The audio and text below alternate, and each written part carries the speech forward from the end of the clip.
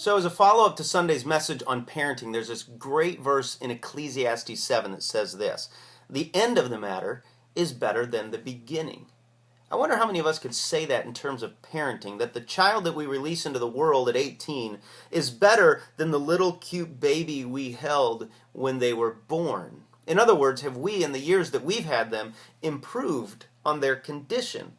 And I think, of course, much of the answer to that largely depends on how much time in parenting we've spent doing things proactively versus reactively. So, for instance, reactive parenting might look like this, and this is just a hypothetical, of course. We never have dealt with this in our own home, but perhaps you would find yourself saying things like, "Did my daughter just spill the entire contents of every box of cereal in the house onto the floor?"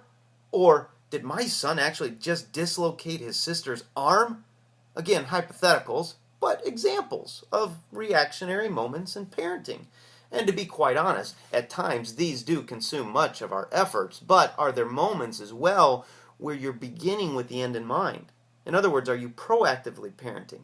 The other day, for instance, we saw in our home a glimpse of something we had actually done right in an area that often feels like a long list of failed attempts in parenting, when our son Gannon had just come in from playing outside with one of his friends and proceeded to tell us that his friend was not sharing.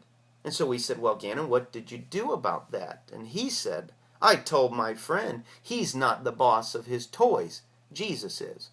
Which is something we had been working on with Gannon for a while. This idea that we don't hoard what we have, we share it.